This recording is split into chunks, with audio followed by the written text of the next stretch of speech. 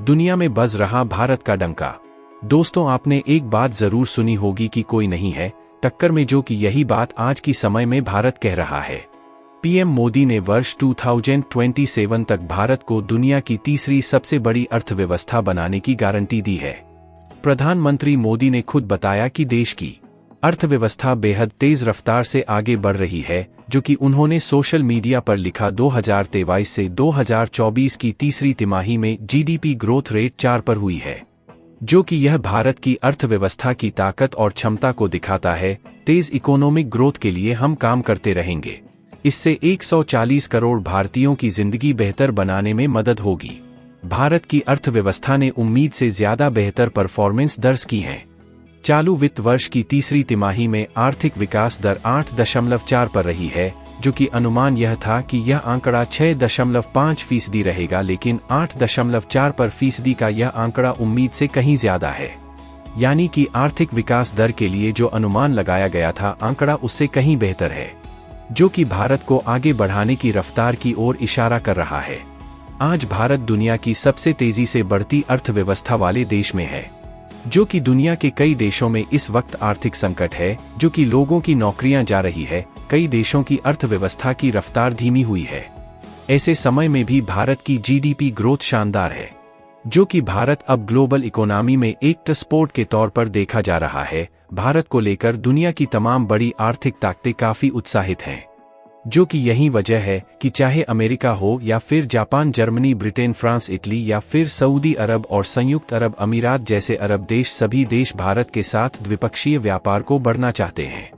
भारत क्यों सबकी पसंद बन रहा है, जो कि आइए जानते हैं दोस्तों इस वीडियो में। लेकिन आगे बढ़ने से पहले वीडियो को लाइक जरूर करें। जो कि आपने देखा होगा कि पूरा अमेरिकन मीडिया, इंडियन मीडिया, इसके अलावा चाइनीज मीडिया सब इस बात को लेकर डिस्कस कर रहे थे कि भारत की जीडीपी में कुछ खास नहीं कर पाएगा, भारत की ग्रोथ एवरेज ही रहेगी। लेकिन उन सभी को गलत साबित करके इंडिया ने अपनी इकोनॉमी को 8.4 पर की जो ग्रोथ के साथ बड़ा बूस्ट दिया है, चाइना के साथ साथ फॉरेन मीडिया को गलत साबित कर दिया है। और इसलिए पीएम मोदी ने भी इसको लेकर ट्वीट भी किया है। और अपने ट्वीट में पीएम मोदी ने जो वर्ड्स यूज किए हैं, यह बहुत इंपॉर्टेंट है। साथ ही इटली की पीएम जॉर्जिया मेलोनी ने भी भारत का जीडीपी ग्रोथ रेट जो डाटा सामने आया है, उसको लेकर पीएम मोदी को बधाई दी है।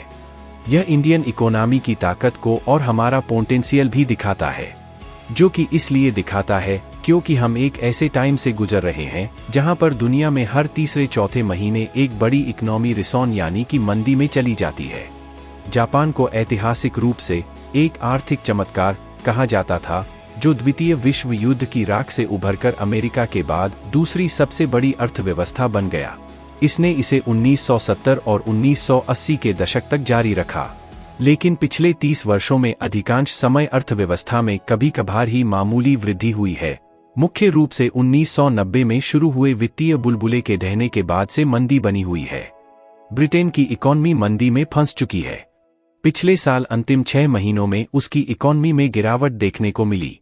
पूरे साल की बात करें तो देश की जीडीपी की रफ्तार मात्र 0.1% रही, जो 2009 के बाद सबसे कम है। ब्रिटेन अकेला देश नहीं है जो आर्थिक मोर्चों पर दबाव का सामना कर रहा है।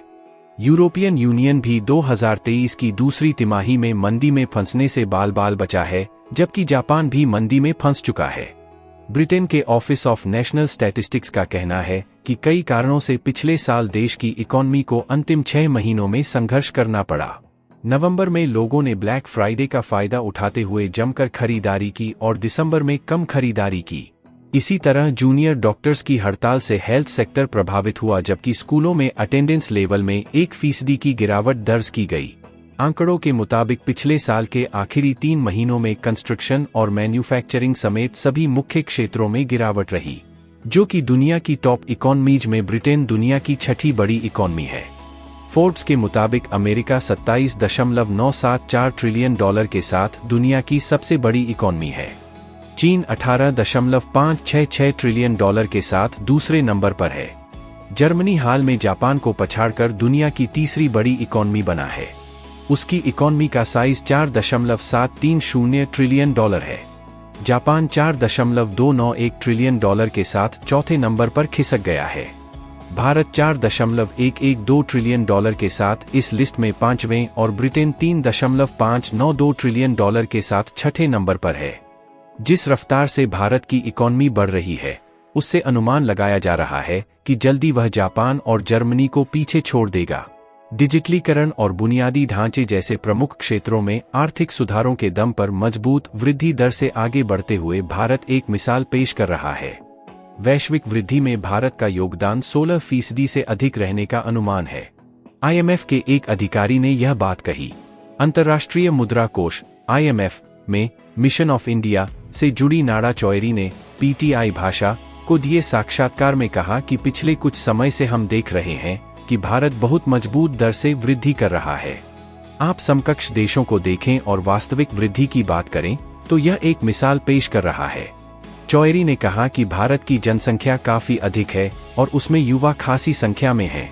इसलिए अगर स्ट्रक्चरल सुधारों के माध्यम से इस क्षमता का इस्तेमाल किया जाता है तो इसमें मजबूत दर से बढ़ने की क्षमता है। भारत की अर्थव्यवस्था वैश्विक वृद्धि का एक महत्वपूर्ण चालक बनने के लिए वैश्विक महामारी के बाद मजबूती से उभरी है। वाडिनार भारत के गुजरात राज्य में देवभूमि द्वारका जिले में स्थित एक छोटा सा तटीय शहर है जो दुनिया की सबसे जटिल रिफाइनरियों में से एक है। हमारी रिफाइनरी ने 1 मई 2008 को वाणिज्यिक उत्पादन शुरू किया था और आज यह भारत की दूसरी सबसे बड़ी एकल स्थान रिफाइनरी है जो विभिन्न प्रकार के कच्चे तेल को संभालने में सक्षम है, मीठे से लेकर खट्टे और हल्के से लेकर अत्यधिक भारी तक।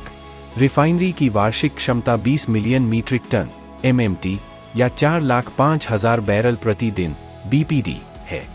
यह कुछ सबसे कठिन क्रूड को संसाधित करने में सक्षम है और फिर भी उच्च गुणवत्ता वाले यूरो 4 और यूरो 6 ग्रेड उत्पादों का उत्पादन करता है।